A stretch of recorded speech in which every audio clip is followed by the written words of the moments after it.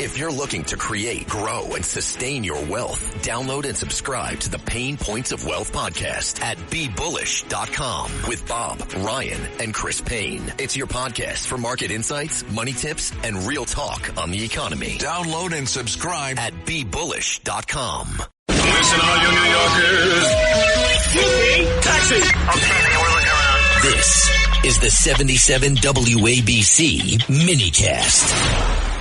Okay, that's the Star Trek music, and the story. What is the real story?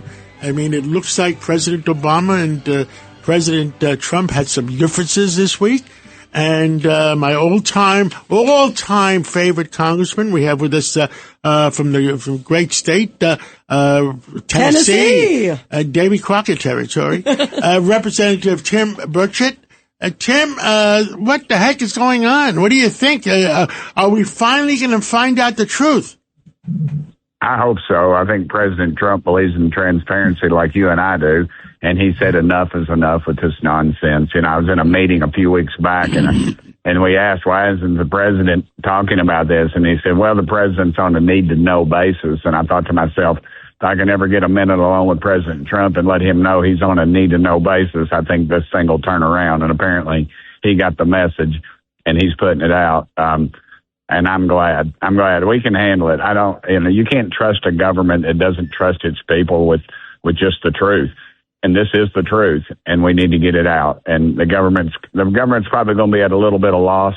But honestly, sir, I would like for the American public to see the things that I've seen. So tell us what you've seen. Well, he's not allowed to. No, I know you can't. I know you can't speak specifics. Yeah, we don't want that. But what do you think's going to come out, Congressman? I'm so fascinated by this. And you call me Tim, man. We're friends. Yes, we are, Tim. We're really good friends. I love Congressman. Yes, ma'am. Congressman statistically is some 85-year-old white guy that ain't heard the gun go off, and I'm just 61, and I've heard the gun go off, so I'm good. But the truth is that I really don't know what they're going to put out. I would hope that everything that I've seen and every meeting that I've had and every video and every picture that I've had and seen in confidence in what they call the skiff that I'm not allowed to talk about, I would hope that those would be put out to the American public. But I feel like there's a whole lot more, and that needs to be put out. And until they do, it's still going to be a mystery. And but I do believe there's people in government that honestly want this out and maybe have some of this information, but really just don't know what they have. I feel like that's why they've given it to these major corporations, so we can't FOIA them. As a member of the media, Freedom of Information Act, we can request it as a government from another government agency, and they supposedly have to give it up. But if they give it to, they haven't given any to Ford Motor Company, but say we want to know about their new fuel injection, and they don't have to come to Congress and tell us that. But if it was a government entity, they would. But they've given a lot of the information and the technology to some corporations under the guise of a government business cooperative kind of thing to keep us from getting it. And I believe it's kind of a chess game with them. Now, Tim, during President Trump's first term, I don't think anybody told him. Again, need-to-know basis. Because absolutely. I remember sitting in that next to the Oval Office was Bannon and Reince Priebus, and Bannon was very much interested in UFOs and what was going on in Antarctica, et cetera, and he says, "John, I looked into everything. I couldn't find one thing." So that Oval Office. Now I'm going to tell you why I say that. Because during just before the election in 24, all those UFOs going around New Jersey, President Trump was jumping up and down. When I get to the White House, I am going to tell you what is going on.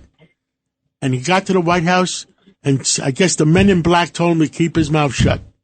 Yes, for whatever reason, and I've sat in the room with those folks, and there's always, and I tell you where they always sit if you're ever in that room. They always sit in the back right-hand corner by themselves. There's always two of them, and they never say a word. They never say a word. Tim I'll tell Burchett. you one other meeting I had with a guy one time. Came to my office. He's well known, and I said, and there was 3 people there, and 2 of them were there, and they wanted to get pictures with me, and they were real. And I said, well, who's that? I pointed to the person in the corner, and they said, he's not here. I said, I didn't know what that's supposed to mean, but I'm not going to ask too much. I was sort of at a loss. But yeah, I mean, to think that, we are one grain of sand, this earth is, on a billion beaches, and we are not the best that God can do. And I'm not afraid. The Bible talks about, in the beginning, God created the heavens and the earth, and Ezekiel saw the wheel. He was describing a UFO to the best of his technology or his understanding. A wheel was the most technologically advanced thing they had in the time. He described a wheel within a wheel, which is the saucer, that the stereotypical UFO. And, throughout history, we've seen it. There's classical paintings, and there's something fly in the air, and there's hieroglyphics. And I've talked to enough people that just have nothing. They have nothing to lose. I mean, nothing to gain from talking about it and describing what they saw. When one of the best pilots in the world says to me, he says, Tim, that thing was 14 feet from my canopy. Oh, my God. That tells me that something is real, and that something else is out there. I can't wait. I've been told a lot that I can't talk about, but public information. Everybody goes to your computer, go to July 1952, front page of the Washington Post, 50 UFOs circling the Capitol.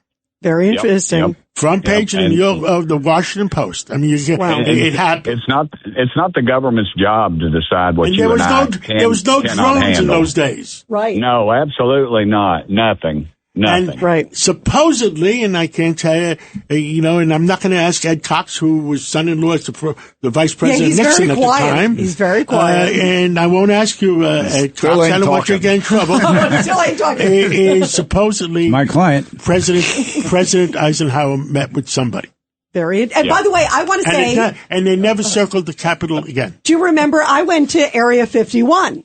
Which doesn't exist, right? Yeah, which doesn't exist, but I did go there. One of the locations, let's put it this way, on the wall, it had pictures, sort of what John was talking about. It had that Washington Post. It also had here in Germany and whatever year, here and here.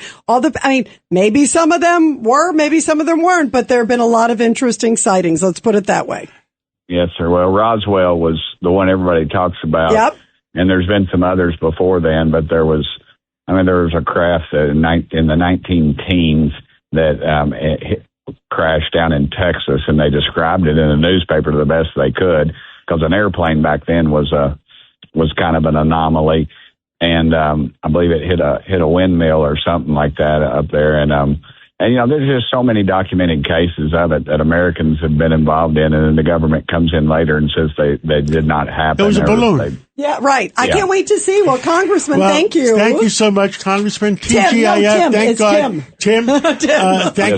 Thank God it's Friday, and we'll see you. If I ever go back to New York City, it's only going to be to visit with you two. That was the worst 17 hours of my life when I went there. So thank y'all. Well, we're going to give you a great steak dinner. Yeah. Oh, we'd love that. I appreciate it. We'd love to see you. Thank you so much. Love you guys. We love you. We love you. And let's take a break, and then we're going to come back. We got Joe Concha.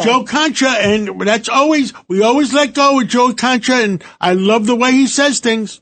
Rural Americans deserve access to the best our nation has to offer, especially when it comes to healthcare. Across every state and every community, America's rural hospitals are the first line of defense, protecting our families, neighbors, and loved ones. No matter where you live, hospital care doesn't clock out. They're there 24 hours a day, 7 days a week, 365 days a year. Each year, America's over 5,000 hospitals care for millions of patients, providing 24/7 emergency care, delivering babies, cancer treatments, and other life-saving care that patients rely on. Behind every one of those patients are doctors, nurses, and caregivers working tirelessly to keep people healthy and safe. Hospitals are our community's lifelines. They employ our neighbors and keep our families' health. But now, some in Congress are threatening access to care. Tell Congress, protect patient care to keep America strong. Don't cut rural health care.